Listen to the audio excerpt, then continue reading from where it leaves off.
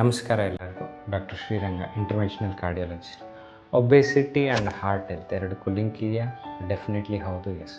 Obeys ಪೇಷಂಟ್ಸಲ್ಲಿ ತೂಕ ಹೆಚ್ಚು ಇರೋರಿಗೆ ಯೂಶ್ವಲಿ ಹಾರ್ಟ್ ತೊಂದರೆಗಳು ಜಾಸ್ತಿ ಆಗೋ ಚಾನ್ಸಸ್ ಇರುತ್ತೆ. ಯಾಕೆ ಅಂದರೆ, ಒಂದು, ಅವರಲ್ಲಿ BP ಜಾಸ್ತಿ ಇರುತ್ತೆ. ಹಾರ್ಟು ಜಾಸ್ತಿ ಪ್ರೆಷರ್ ಹಾಕ್ಕೊಂಡ್ಬಿಟ್ಟು ಹೊರಗಡೆ ಪಂಪ್ ಮಾಡಬೇಕಾಗ್ತದೆ.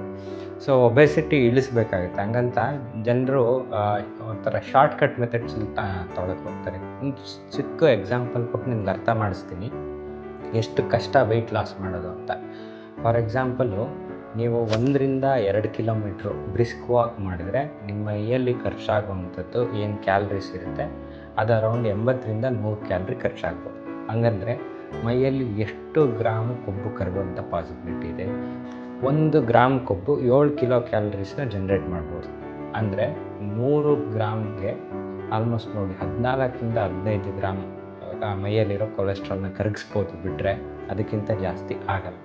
ಸೊ ಮೋಸ್ಟ್ ಇಂಪಾರ್ಟೆಂಟ್ ಏನಂತ ಅಂದರೆ, ತಗೊಳ್ಳೋಂಥ ಊಟದಲ್ಲಿ ಲಿಮಿಟ್ ಇದ್ದಾಗ, ಆಮೇಲೆ ಕನ್ಸಿಸ್ಟೆಂಟಾಗಿ ನೀವು ಇದನ್ನೇ 15 ಗ್ರಾಮ್ ಕರಗಿಸ್ತಾ ಬಂದರೆ ಗ್ರ್ಯಾಜುಯಲಾಗಿ 1 ವರ್ಷದಿಂದ 2 ವರ್ಷದಲ್ಲಿ ನಿಮ್ಮ ಫಿಸಿಕಲ್ ಡಿಫ್ರೆನ್ಸಸ್ ಕಾಣಿಸ್ಬರುತ್ತೆ. 1 ದಿನ 2 ದಿನದಲ್ಲಿ ಆಗುವಂಥದ್ದಲ್ಲ. Consistency is the key. Two important thing, calorie deficits maintain ಮಾಡೋದು. ಬೇರೆ ಮಿನಿಮಮ್ ಎಷ್ಟು ತಗೋಬೇಕು ಅಷ್ಟು ಊಟ, along without missing nutrients. Calorie ಬೇರೆ, ನ್ಯೂಟ್ರಿಯೆಂಟ್ಸ್ ಬೇರೆ. ಎರಡನೇದು, ಅಷ್ಟು ಕನ್ಸಿಸ್ಟೆಂಟಾಗಿ ಖರ್ಚನ್ನ ಮಾಡುವಂಥದ್ದು. ಬಟ್ ನಮ್ಮ ಡಿಸೈನ್ ಹೆಂಗಿರುತ್ತೆ ಅಂತ ಗೊತ್ತಲ್ಲ. ಸೊ ಎಷ್ಟು ಕಷ್ಟಪಟ್ಟು ಖರ್ಚು ಮಾಡಬೇಕು ಅಂದರೆ ಅಷ್ಟು ಕಷ್ಟಪಟ್ಟು ಮಾಡಬೇಕಾಗುತ್ತೆ. ದೇವ್ರು ಡಿಸೈನ್ ಮಾಡಿರೋದಾಗೆ. ಖರ್ಚು ಮಾಡಬೇಕಾದ್ರೆ ತುಂಬ ಕಷ್ಟಪಡಬೇಕು. ಊಟ ಸಿಗಬೇಕಾದ್ರೂ ಅಷ್ಟೇ ಕಮ್ಮಿ ಊಟದಲ್ಲಿ ಜಾಸ್ತಿ ಕಿಲೋ ಕ್ಯಾಲರೀಸ್ ಇರೋ ಹಂಗೆ ದೇವ್ರು ಸೃಷ್ಟಿ ಮಾಡಿರೋದೆಲ್ಲ. Thank you.